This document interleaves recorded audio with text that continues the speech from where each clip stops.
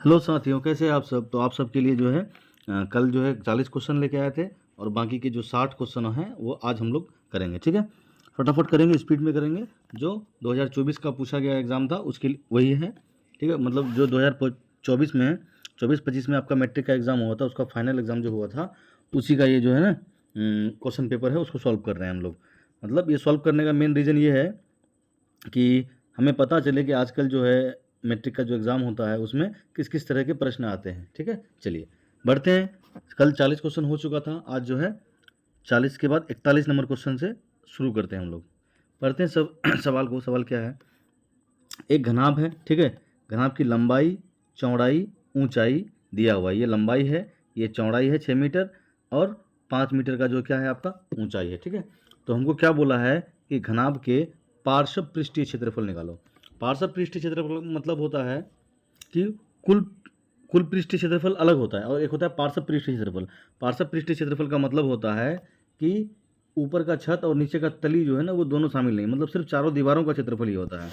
तो घनाभ का पार्श्व पृष्ठीय क्षेत्रफल क्या होता है, फॉर्मूला आप लोगों को याद भी होगा। क्या होता है, 2 × L + B और × H होता है। क्या होता है ये होता है घनाभ का पार्श्व पृष्ठीय क्षेत्रफल या वक्र पृष्ठीय क्षेत्रफल का फॉर्मूला। ठीक है, अब इसको सॉल्व कर लीजिए।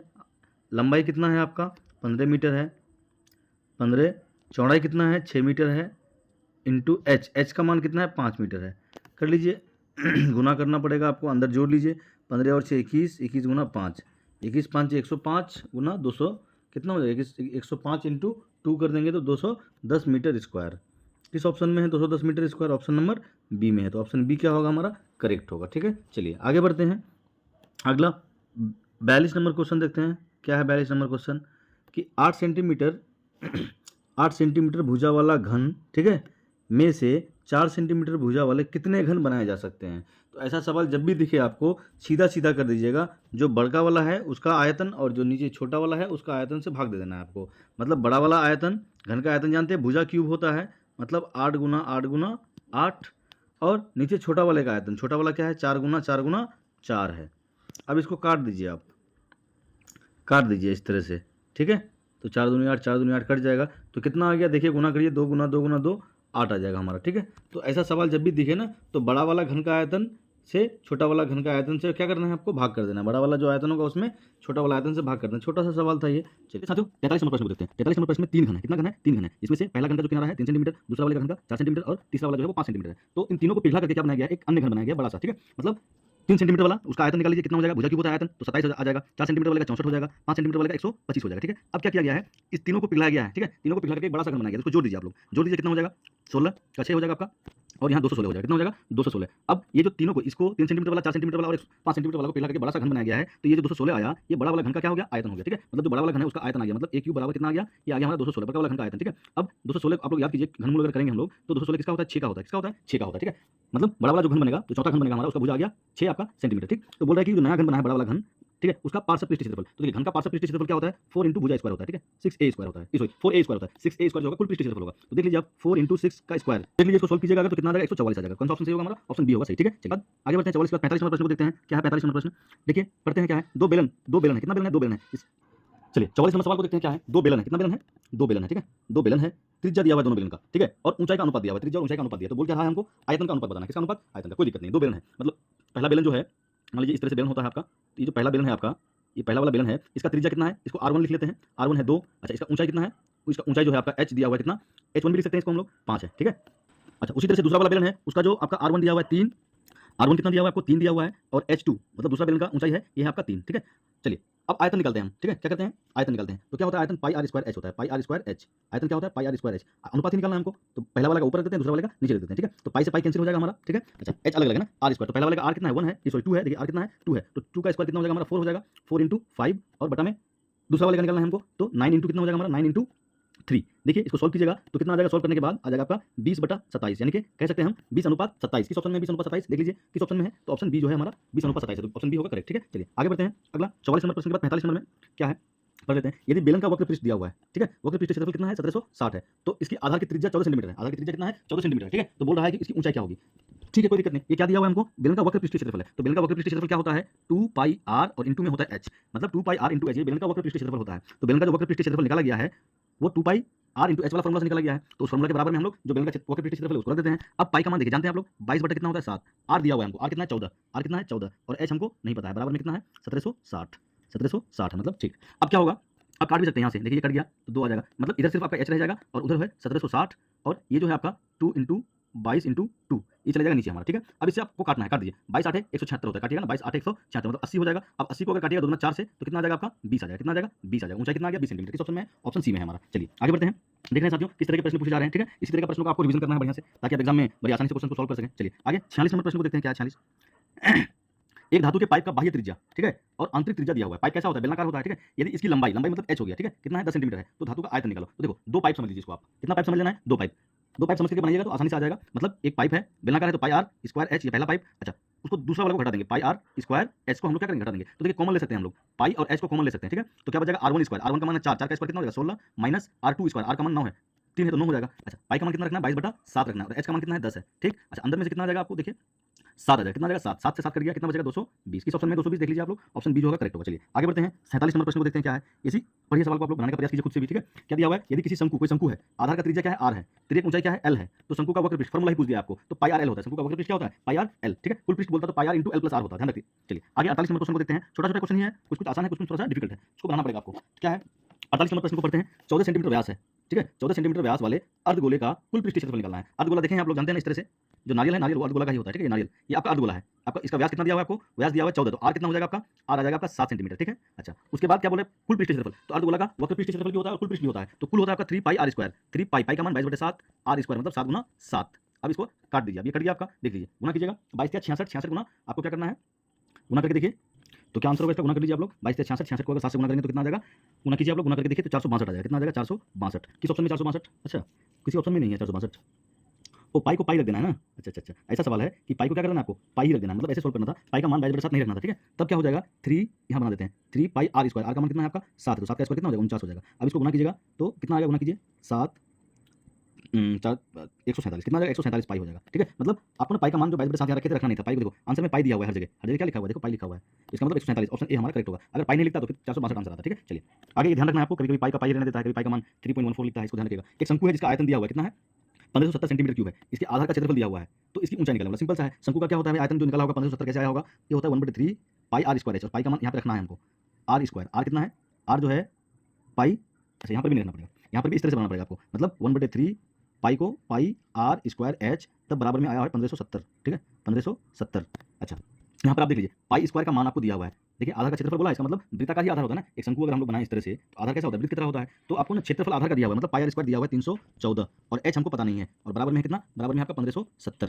तो देखिए इसको सॉल्व करना है, यहाँ से भी काट सकते हैं या नहीं काटना है, तो एच बराबर क्या हो जाएगा आपका, एच बराबर हो जाएगा 1570, ठीक 1570। अच्छा, उसके बाद काट भी सकते हैं, ये 3 जाएगा गुना में आपका, और 314 जो आएगा आपका किसमें आ जाएगा, भाग में। इससे काटिएगा तो कितना आ जाएगा, काटिएगा तो अगर तो 15 आएगा, कितना आएगा, काटिएगा तो इसको काटेंगे तो 5 आएगा, कितना आएगा 5, और 5 और 3 को गुना कर दिए तो 5 से 15 सेंटीमीटर, किस ऑप्शन में, ऑप्शन बी में, तो ऑप्शन बी हमारा करेक्ट होगा। चलिए आगे 50 नंबर प्रश्न को देखते हैं, क्या है। यदि एक गोले की त्रिज्या, गोला है, गोला का क्या दिया हुआ है आपको, त्रिज्या दिया हुआ है 2r, तो इसका आयतन क्या होगा, तो गोला का आयतन क्या होता है 4/3 pi r cube, pi r cube होता है। देखिए 4/3 पाई को पाई रखा है, देखिए ऑप्शन में पाई पाई है, आर क्यूब, आर का मान 2r है, मतलब 2 का क्यूब कितना हो जाएगा 8, कितना हो जाएगा 8r क्यूब, इसको गुना कर दीजिए तो 32/3 पाई आर क्यूब, किस ऑप्शन में है देख लीजिए आप लोग, ऑप्शन ए में है, तो ऑप्शन ए जो होगा हमारा क्या हो जाएगा भाई, सही होगा, ठीक है, क्योंकि अर्ध सॉरी पूरा गोला है, पूर्ण गोला है, अर्ध गोला रहता तो तब आंसर 16 वाला हो जाता, ठीक है। ए 11 बराबर क्या हो जाएगा, ए प्लस कितना डी, ए प्लस 10 डी होता है, ठीक है, एक कम डी होता है, ए का मान है -3, ए का मान क्या है आपका -3 है, माइनस दिया हुआ है। अच्छा चलिए, उसके बाद प्लस है, प्लस 10 गुना डी का मान, तो डी निकाल लेते हैं, अगला पद से पिछला आगे से, मतलब इसको घटा देंगे, पहले वाले को घटाना है तो प्लस हो जाएगा, ये एलसीएम हो जाएगा आपका 2, तो यहाँ पे -1 और यहाँ पे कितना हो जाएगा 6, मतलब 5/2 हो जाएगा, ठीक है।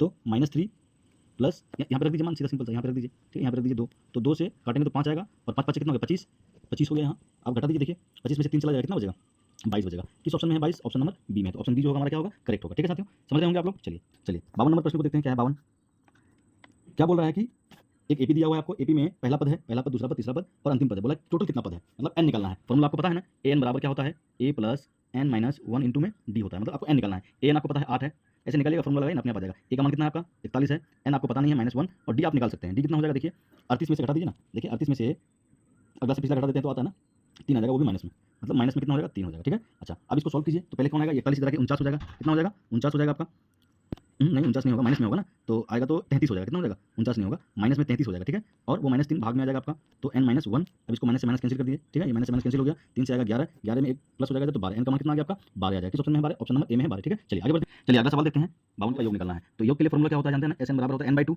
n मतलब पदों की संख्या 50/2 इंटू 2a। 2a मतलब हो जाएगा 2 और a का मान कितना है? 2 है, 4 हो जाएगा यहाँ। n-1, n है 50, -1 कितना हो जाएगा? 49 और इंटू d हो जाएगा। d कितना हो जाएगा आपका? 2 हो जाएगा। बस इसको सॉल्व कर दीजिए, आपका आंसर आ जाएगा, ठीक है। यहाँ हो जाएगा 25 आपका, मतलब 25 इंटू अंदर में 98। देखिए 49 को और 2 को गुना करेंगे, इन दोनों को गुना करेंगे तो 98, 98 और 4 को जोड़ दीजिएगा 102, 102, ठीक है। अब इसको गुना करिए तो 2550 हो जाएगा। 2550 किस ऑप्शन में है भाई? ऑप्शन बी में है, तो ऑप्शन बी होगा हमारा करेक्ट आंसर। चलिए आगे बढ़ते हैं। 54 नंबर प्रश्न को देखते हैं। ये किस चतुर्थांश में है? किस चतुर्थांश में है? मतलब आप जानते हैं ये x एक्स है और ये y एक्स है, ठीक है ना। ये प्रथम चतुर्थांश होता है, यहाँ पर होता है दोनों मान प्लस प्लस, यहाँ पे होता है माइनस प्लस, इधर होता है आपका माइनस माइनस और यहाँ पर होता है आपका प्लस माइनस, ठीक है। तो यहाँ पर क्या है देखिए मान, पहला वाला प्लस है, दूसरा वाला माइनस है, मतलब प्लस माइनस चतुर्थ में, चौथा नंबर में ये होता है फर्स्ट क्वाड्रेंट, ये सेकंड होता है और ये थर्ड होता है और ये चतुर्थ होता है। तो चौथे नंबर पे है ये, ठीक है। इसमें है चौथा में, ऑप्शन डी होगा हमारा, ठीक है। चलिए आगे 55 नंबर प्रश्न को देखिए, क्या है 55 प्रश्न। बिंदु, एक ये बिंदु है और एक ये बिंदु, इसके बीच की दूरी निकालना है। क्या निकालना है? इसके बीच की दूरी निकालना है। तो दूरी निकालने के लिए क्या होता है फॉर्मूला जानते हैं ना आप लोग, रूट अंडर x1 - x2 का होल स्क्वायर, y1 - y2 का होल स्क्वायर। तो देखिए इसमें क्या आ जाएगा ना, x1 कितना है आपका? 2 cos थीटा, x2 क्या है? 0, तो वही आएगा 2 cos थीटा ही आएगा, 2 cos थीटा का स्क्वायर, ठीक है। अच्छा प्लस में y1 y2, y1 देखिए क्या है? 0 है, y2 क्या है? 2 sin थीटा, तो माइनस में 2 sin थीटा का स्क्वायर हो जाएगा यहाँ, ठीक। इसको सॉल्व कर लीजिए आप, तो यहाँ पे 4 cos स्क्वायर थीटा प्लस में 4 sin square theta, sin square theta, ठीक है। अब 4 कॉमन ले लीजिए आप, 4 कॉमन ले लीजिएगा तो अंदर में क्या बचेगा? 4 कॉमन लेने से cos स्क्वायर sin स्क्वायर का मान क्या होता है? 1, तो 4 इंटू 1 करेंगे तो क्या होगा हमारा? 4 ही होगा, ऑप्शन डी होगा, ठीक है। चलिए आगे 56 नंबर प्रश्न को देखते हैं। क्या है 56 प्रश्न। x बराबर -2 है और y बराबर कितना है? 3 है, बस यही देखना है आपको, यही ऑप्शन हो जाएगा बस, x का मान -2 आएगा 3। चलिए आगे 57 नंबर प्रश्न को देखिए क्या है। पढ़िए, आप लोग भी बनाने का प्रयास कीजिए कि बीच की दूरी निकालना है। क्या निकालना है आपको? बीच की दूरी निकालना है। तो क्या होता है? अंडर रूट x1 - x2 का स्क्वायर। तो देखिए x1 का मान है 7, x2 का मान है आपका 5, ठीक है। तो क्या हो जाएगा? 12 का स्क्वायर हो जाएगा प्लस उसके बाद y1 - y2, तो 5 हो जाएगा। 5 का स्क्वायर कितना आ जाएगा आपका? डायरेक्ट में ही करते हैं, 25 हो जाएगा। और यहाँ पे 144, तो देखिए अंदर में 144 और 25 169 हो जाएगा। तो क्या आंसर आ जाएगा आपका? 13। 13 किस ऑप्शन में है? बी में। छोटा प्रश्न है, सब छोटा छोटा प्रश्न है। आगे देखिए क्या है, y अक्ष से बिंदु क्या होता है? 0। यहाँ पर x का मान अलग है, यहाँ पर देखिए x का मान 2 है, तो ये तो होगा नहीं। एक तो ये वाला ऑप्शन होगा या ए वाला ऑप्शन होगा। देखिए समदूरस्थ है, मतलब एक बिंदु यहाँ है, ऐसे इस तरह से है, ये ए बिंदु है, ये बी है और ये सी है, मतलब ए बी और बी सी का दूरी क्या है? समान है। जब इसको सॉल्व करिएगा ना तो जो y का मान आएगा वो -2 आ जाएगा। ऑप्शन नंबर सी हमारा करेक्ट होगा। चलिए आगे 59 नंबर प्रश्न को देखते हैं। क्या है 59 नंबर प्रश्न को देखिए। PQRS एक आयत है, मतलब एक आयत आप लोग देखे होंगे, इस तरह से होता है आयत, ये आयत है, ठीक है। ये है P, ये है Q, ये है R और ये है S, ठीक है। तो देखिए आयत का हमको क्या निकालना है? क्षेत्रफल। तो आयत का क्षेत्रफल निकालने के लिए क्या है, हम जानते हैं लंबाई इंटू चौड़ाई होना चाहिए, मतलब ये लंबाई पता होना चाहिए और ये चौड़ाई पता होना चाहिए, अपने आप हमारा क्या होगा? आयत का क्षेत्रफल निकल जाएगा। तो देखिए लंबाई निकालने के लिए ध्यान रखिएगा, हमेशा लंबाई निकालने के लिए आपको x को घटा देना होगा और चौड़ाई निकालने के लिए y को घटा देना पड़ेगा, ठीक है। तो देखिए इस सवाल में x और x को हम लोग घटाएंगे, x और x को घटाते हैं तो कितना आता है? देखिए तो यही लंबाई है ना, PQ हमारा लंबाई है ना, तो P से और Q को देखिए, P का मान जो x है और Q का मान जो x है, दोनों को घटा दीजिए तो कितना आ जाएगा लंबाई? देखिए आप लंबाई 6 आ गया। अच्छा चौड़ाई का मान निकालना है तो QR से भी निकाल सकते हैं आप और PS से भी निकाल सकते हैं, क्योंकि दोनों मान क्या होगा? बराबर होगा। तो ध्यान रखिएगा, चौड़ाई निकालने के लिए y को y से घटाएंगे, ठीक। किसको? y को y से हमको क्या करना है? हमको चौड़ाई का मान आएगा QR। देखिए आप लोग y से y को देखिए, y से y को घटाएंगे तो 2 आएगा। कितना आ जाएगा? 2। तो 6 दूना कितना हो गया? 12। किस ऑप्शन में है? ऑप्शन नंबर डी में है हमारा, ठीक है। चलिए याद रखिएगा इतना ही कि आपको अगर लंबाई निकालना हो तो x से x को घटाएंगे, अच्छा चौड़ाई निकालना हो तो y को y से घटाएंगे, ठीक। चलिए आगे 60 नंबर प्रश्न को देखते हैं। क्या है 60 जो प्रश्न है आपका, पढ़ लीजिए। दिया हुआ एक बिंदु है a, 0, एक तो है b, 0, एक तो है C, 0, b है, किसी त्रिभुज के शीर्ष हैं, तो त्रिभुज ABC का क्षेत्रफल निकालना है। ABC का क्या निकालना है? क्षेत्रफल। तो देखिए क्षेत्रफल निकालने के लिए फॉर्मूला होता है, फॉर्मूला को याद रखिएगा, अपने आप मान बैठाइए, आप लोग आ जाएगा। हाफ इंटू होता है x1 और हाफ इंटू क्या होता है? x1 और अंदर में होता है आपका y1 माइनस y2, ठीक है। उसके बाद फिर होता है आपका प्लस x2, अंदर में होता है आपका y3 माइनस y1, ठीक है। फिर से होता है आपका ये y3 y1 है, ठीक है। फिर से होता है आपका x3 into y1 minus y2। अब इसको आप मान बैठा दीजिए, अपने आप बन जाएगा। मान बैठा दीजिए, हाफ तो है ही, कोई दिक्कत नहीं है। चलिए x1 का मान क्या है देख लीजिए, तो x1 का मान a है, x1 का मान कितना है? a है। और y2 y3 मतलब आ जाएगा हमारा क्या? y2 y3 का देख लीजिए, y2 माइनस y3, y2 यहाँ पे y2 और यहाँ पे y3, y2 y3 देखिए कहाँ है, 0 और b मतलब माइनस b होगा, ठीक है। अच्छा उसके बाद देखिए x2 का मान, देखिए x2 का मान क्या है, 0 है।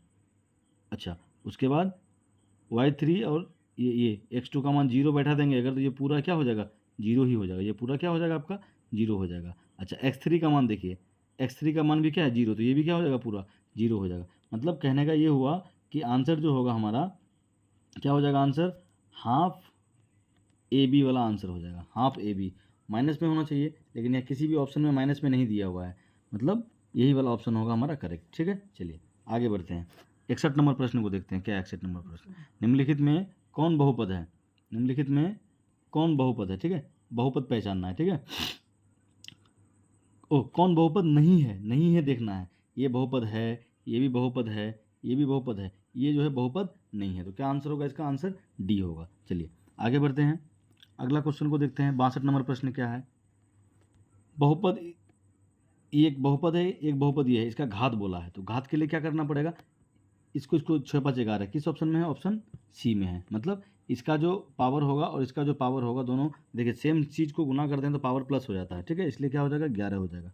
63 नंबर प्रश्न को देखते हैं, इसका शून्य क्या होगा, तो इसका शून्य जो होगा ना, क्या हो जाएगा, शून्य +-11 मतलब ये हो जाएगा √ +√11 -√11, ठीक। चलिए 64 नंबर प्रश्न को देखिए क्या है, 64 नंबर प्रश्न को देखते हैं, बढ़िया से आप लोग देखिए, यदि -2 एवं -3 द्विघात बहुपद इतना का शून्यक है, ठीक है, तो हमको बताना है कि ए का मान क्या होगा और बी का मान क्या होगा, ठीक है। कोई बात नहीं, आराम से बता देंगे हम लोग, ठीक।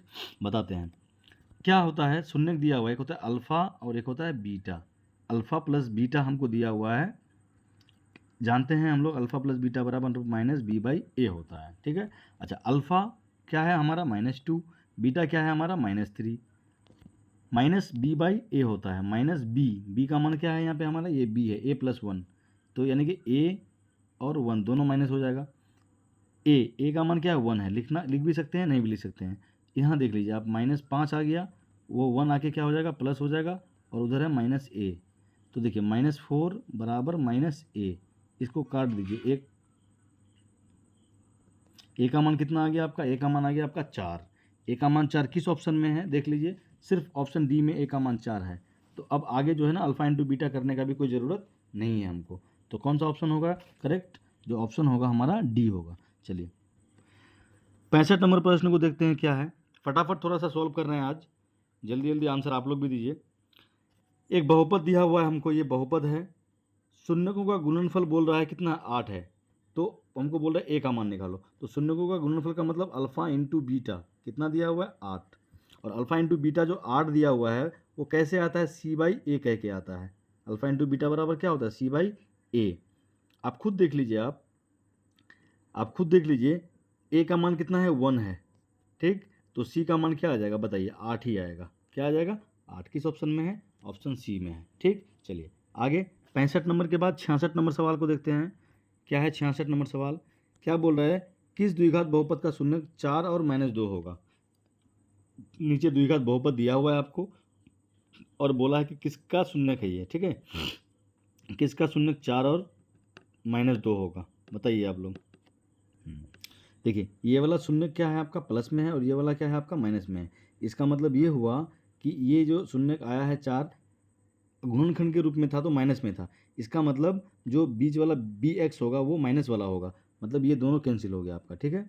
अच्छा उसके बाद अगर ये 4 माइनस में था तो ये 2 क्या था, प्लस था, तो ये 4 माइनस में और 2 प्लस में था, दोनों को गुना करते तो क्या आता हमारा, माइनस में आता, मतलब ये भी हमारा कैंसिल हो गया, तो कौन सा ऑप्शन हो गया हमारा करेक्ट, ऑप्शन जो हो गया ए हो गया, ठीक है। या इसको आप लोग बना सकते हैं, फॉर्मूला भी है इसका, अल्फा प्लस बीटा बराबर -b/a करके देखिएगा, वहाँ से आपका ए और बी आ जाएगा, अल्फा इंटू बीटा कीजिएगा c/a, वहाँ से आपका सी आ जाएगा, फिर द्विघात समीकरण मिल जाएगा आपको। ये आपको हम डायरेक्ट में बताए, थोड़ा सा डायरेक्ट कब बना पाइएगा आप लोग, जब बार बार रिवीजन कीजिएगा ना, तो खुद आपका दिमाग लग जाएगा, ठीक है। चलिए 66 के बाद 67 नंबर प्रश्न को देखते हैं क्या है, 67 प्रश्न को देखिए, पढ़िए आप लोग क्या है, एक बहुपद दिया हुआ है हमको, ये बहुपद है, इसका शून्यक है अल्फा, एक तो शून्यक अल्फा एक तो शून्यक बीटा है, तो बोलता है अल्फा बीटा बटे 4 का मान निकालना, कोई बात नहीं, तो अल्फा इंटू बीटा बटे 4, अल्फा इंटू बीटा क्या होता है जानते हैं ना आप लोग, सी बाई ए होता है, और बटे में क्या है 4 है, रहने दीजिए। सी बाई ए मतलब -4 बटा 1 और फिर बटे में 4 था। इसको अगर हम लोग ऐसा कर देंगे तो ये पलट के यहाँ गुना हो जाएगा, तो कितना आ जाएगा हमारा, आ जाएगा -1। किस ऑप्शन में है -1? ऑप्शन ए में है, ठीक है। चलिए आगे बढ़ते हैं, 68 नंबर प्रश्न को देखते हैं। 68 नंबर प्रश्न को देखते हैं, क्या है 68 नंबर प्रश्न।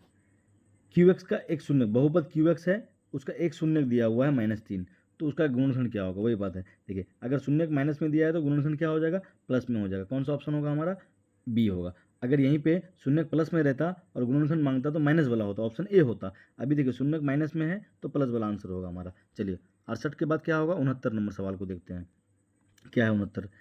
एक बहुपद है हमारा ये, एक बहुपद है हमारा ये, ठीक है, मतलब इससे इसमें भाग देना है, तो बोला है कि भागफल का घात क्या होगा। देखिए यहाँ पर क्या है, यहाँ पर पावर है 2, यहाँ पर पावर है 4, तो कितना पावर आएगा बताइए, 2 ही पावर होगा। कितना पावर होगा हमारा, 2 पावर होगा। कौन सा ऑप्शन, बी। चलिए आगे 70 नंबर क्वेश्चन को देखिए, क्या है 70 नंबर क्वेश्चन। 70 नंबर क्वेश्चन देखिए, ये एक द्विघात बहुपद है, इसका शून्य है अल्फा और बीटा, हमको इसका मान निकालना है, ठीक है। तो इसका मान निकालने के लिए क्या कीजिए ना, इसको गुना कर दीजिए आप लोग, इसको गुना कर दीजिए, तो क्या हो जाएगा, इसको अगर हम लोग गुना करेंगे तो हो जाएगा अल्फा बीटा। देखिए इसको गुना कर दीजिए, ये जो है ना आपको दिया हुआ, बता दे की चलो बोल के, इसको गुना कर दीजिए, ये जो दिया हुआ है, तो क्या हो जाएगा, अल्फ़ा इंटू बीटा हो जाएगा, उसके बाद प्लस अल्फ़ा हो जाएगा, उसके बाद प्लस बीटा हो जाएगा, उसके बाद प्लस 1 हो जाएगा। तो देखिए आप लोग, alpha into beta c by a होता है, इस सवाल में सी कौन है और ए कौन है, देख लीजिए आप, सी है -5 और ए का मान है 1, उसके बाद प्लस है alpha plus beta minus b by a होता है, क्या होता है, इसको तोड़ दीजिए, सबसे अच्छा होगा, इसको तोड़ दीजिएगा ना, ज़्यादा अच्छा रहेगा। एक्स स्क्वायर माइनस में 3x और -3 और -5, मतलब ये क्या हो जाएगा, ये जो द्विघात बहुपद है हमारा ऐसा होगा, माइनस में 8 होगा, तो इससे सी मिल गया हमको -8, बी मिल जाएगा 3। तो alpha plus beta minus b by a, तो माइनस बी बाई ए, तो वो माइनस और ये प्लस हो जाएगा 3, ठीक है, और प्लस में 1 है, तो 3 4 1 कितना आ जाएगा हमारा। इस सवाल को ना पहले तोड़ना था, तोड़ने के बाद ही हम लोग निकाल सकते हैं सी बाई ए, तो सी अभी क्या आ जाएगा मेरा -8 होगा, इसको याद रखिएगा -8, मतलब ये सवाल को पहले सॉल्व करना था, तब ये हमको मिला ना, ये हुआ हमारा बहुपद। अब उसके बाद करना है अल्फ़ा इंटू बीटा और अल्फ़ा प्लस बीटा, तब मान आपका सही सही लिखाएगा, नहीं तो ऊपर वाला देख के बना दीजिएगा तो गलत हो जाएगा, ठीक है। तो क्या है alpha into beta, c by a है, सी बाई ए कर दिए हम लोग, तो 4 कितना आ जाएगा आपका -4, किस ऑप्शन में -4 है, ऑप्शन नंबर सी जो होगा क्या होगा भाई, सही होगा। चलिए आगे 71, प्रथम 10 विषम संख्याओं का माध्य, कै ठो विषम संख्या, 10 ठो। तो विषम संख्या स्टार्ट कहाँ से होता है, 1 से, मतलब 1 3 5 7 9 11 13, कै ठो हुआ, 1 2 3 4 5 6 7, 13 के बाद 15, 15 के बाद 17, 17 के बाद 19, और बटे में कितना हो जाएगा हमारा, 10 हो जाएगा। अब इन सबको जोड़ लीजिए, ठीक है, इन सबको क्या करना है आपको, जोड़ लेना है, तो सबको जोड़ लीजिए, कितना हो जाएगा, इन सबको जोड़ लीजिए ऊपर में, तो ऊपर में जोड़िएगा तो कितना आ जाएगा 100, और नीचे क्या है हमारा 10, कट गया, कितना आएगा, ऑप्शन बी होगा हमारा सही, ठीक है। चलिए आगे 72 नंबर क्वेश्चन को देखते हैं, इतना कि माध्यिका, तो माध्यिका निकालने के लिए क्या करते हैं ना, जो चीज़ दिया हुआ है उसको बढ़ते क्रम में लिख देते हैं या घटते क्रम में लिख देते हैं, ठीक है। तो देखिए इसमें सबसे छोटा कौन है, सबसे छोटा मान जो है आपका 6 है, उसके बाद कौन है आपका, उसके बाद 6 के बाद देख लीजिए 8 है, उसके बाद 9 है, उसके बाद क्या है 6 8 9 हो गया, उसके बाद है आपका 15 है, 15 के बाद क्या है 16, 16 के बाद क्या है 21, ठीक है, 21 के बाद 22, 22 के 16 के बाद 18 है, 16 के बाद क्या है 16 के बाद 18 है, क्या है 16 के बाद 18, 18 के बाद क्या है आपका 21, 21 के बाद क्या है आपका 25, ठीक है। अब इसको गिन लीजिए, 21 के बाद 22 है, देखिए 22 है, उसके बाद 25 है, ठीक है। अब इसको गिन लीजिए आप लोग, 1 2 3 4 5 6 7 8 9, विषम संख्या में आया है, तो विषम संख्या में आया है तो एक ही मान होगा इसका, ठीक है, मतलब 9 है तो 4 इधर से ख़त्म कर दीजिए शुरू से, और 4 आखिरी से ख़त्म कर दीजिए, ऐसे ये 4 आखिरी से ख़त्म कर दीजिए, बीच में जो बचेगा वही हमारा माध्यक होगा। 16 आया है तो ऑप्शन ए में जो 16 होगा वो हमारा करेक्ट होगा, माध्यक, ठीक है। चलिए आगे 73 नंबर क्वेश्चन को देखते हैं, क्या है 73, का बहुलक बताना है। बहुलक कौन सबसे ज़्यादा बार है, गिनती के लिए देखिए 6 सबसे ज़्यादा बार है, 6 जो है सबसे ज़्यादा बार है, तो 6 जो हो जाएगा क्या होगा, बहुलक होगा। 74 नंबर क्वेश्चन को देखते हैं क्या है। एक बारंबारता बंटन का माध्यिका और बहुलक दिया हुआ है, ठीक है। तो देखिए क्या होता है ना, तो इसका माध्य निकालो। माध्य बराबर ये फॉर्मूला है, क्या होता है, 3 माध्यक माइनस 2 माध्य। बहुलक बराबर फॉर्मूला होता है, मतलब मोड बराबर फॉर्मूला होता है। मोड बराबर क्या फॉर्मूला होता है आपका, 3 माध्यिका माइनस 2 माध्य। तो मोड कितना दिया हुआ है आपको, मोड है 46.52, कितना है 46.52, ठीक है, बराबर 3 माध्यिका, माध्यिका 3 इंटू 48.64, ठीक है, माइनस 2 माध्य। मीन मतलब माध्य होता है तो एम ही लिखते हैं, ठीक है ना। मतलब क्या करना है आपको, इसको गुना करना है, ठीक है, इसको गुना करना है, उसके बाद इसको घटा देना है उसमें से, ठीक है। इसको क्या करना है आपको, घटा देना है, गुना कीजिए कितना होगा। चलिए इसको सॉल्व कीजिएगा, फिर 2 से भाग कर दीजिएगा तो आ जाएगा 49.70, ठीक है। ए ऑप्शन हमारा करेक्ट होगा, ठीक है। चलिए आगे 75 नंबर को देखते हैं, 80 तक ही है आज। 75 को देखते हैं, क्या है सवाल कि 5 फ्रैक्शन है, मतलब x है एक पहला, दूसरा है, देखिए पहला क्या है x, फिर क्या है x+2, फिर क्या है x+4, फिर क्या है x+6 और फिर क्या है x+8। इसका माध्य निकाला गया है, कितना है माध्य, माध्य है आप 11, ठीक है। तो x का मान निकालना है, कोई बात नहीं, निकल जाएगा आराम से, ठीक है। मतलब क्या क्या है देखिए, तो x कितना है गिनती कर लीजिए आप लोग, 1 2 3 4 5 हो गया 5x, ठीक है, प्लस अंक कितना है गिनती कर लीजिए आप, 8 और 6 14, 14 और 4 18, 18 और 2 कितना हो गया 20, और बटा में कैटो फ्रैक्शन है, देखिए 5 टो फ्रैक्शन है, बटे में कुल संख्या होता है ना माध्य बराबर, और 11। चलिए 11 5 से कितना हो गया 55, और 20 हो जाएगा माइनस में, और यहाँ बचेगा हमारा 5x। तो देख लीजिए आप 35 आएगा यहाँ, और 5 से 35 को काटेंगे तो कितना आ जाएगा 7 आ जाएगा। x का मान कितना हो गया आपका, x का मान आ गया आपका 7। किस ऑप्शन में, ऑप्शन सी में है, ठीक है। चलिए आगे 76 नंबर सवाल को देखिए। एक असंभव घटना की प्रायिकता, एक असंभव घटना, ऐसा मतलब जो घटना घटा ही नहीं है, तो उसका प्रायिकता क्या होगा, 0 होगा, ठीक है। और प्रायिकता का मान जानते हैं आप लोग ने, 0 और 1 के बीच होता है, 1 से बड़ा नहीं हो सकता है, ठीक है। चलिए 77 नंबर क्वेश्चन को देखते हैं। देखिए एक दिया हुआ आपको PE, मतलब कोई घटना घटा है जिसका प्रायिकता है 0.4, और कोई घटना नहीं घटा है। तो देखिए कोई घटना घटा है और कोई घटना नहीं घटा है, दोनों को जोड़ते हैं ना, उसका मान होता है 1। मतलब 1 से अगर हम लोग घटा देंगे ना, 1 से अगर हम लोग घटा देंगे 0.4 को, तो हमारा आंसर आ जाएगा, ठीक है। यहाँ पे 6 हो जाएगा, ठीक है, 0.4 है ना, तो यहाँ पे 6 हो जाएगा, यहाँ पे 0 हो जाएगा, मतलब 0.6 किस ऑप्शन में है भाई, ऑप्शन नंबर बी में है, ठीक है। बी हमारा ऑप्शन क्या हो जाएगा, सही होगा, करेक्ट होगा। चलिए आगे 78 क्वेश्चन को, 2 पासों की फेंक में संभव परिणाम, देखिए 2 पासा को, एक पासा को फेंकते हैं ना, तो टोटल संभव परिणाम जो होता है 6 होता है, कुछ भी आ सकता है। वहीं पर 2 पासा को अगर फेंकेंगे तो 36 हो जाएगा संभव परिणाम, कितना हो जाएगा 36 हो जाएगा, ठीक है। कभी क्यों होगा, देखिए एक पासा में अगर 1 आएगा तो दूसरा पासा में 2 आएगा, फिर 1 3 1 4 1 5 1 6, इस तरह से अगर लिखते जाएंगे ना, तो टोटल संभव परिणाम 36 हो जाएगा। चलिए 79 क्वेश्चन को पढ़ते हैं। प्रायिकता हम बोले ना आपको कि 0 और 1 के बीच होगा, 1 से ज़्यादा नहीं होगा, ना ही माइनस वाला होगा, ये 1 से ज़्यादा है तो ये किसी घटना की प्रायिकता नहीं हो सकता है, ठीक है। चलिए लास्ट सवाल आज का सेशन का, अंतिम सवाल को देखिए क्या है।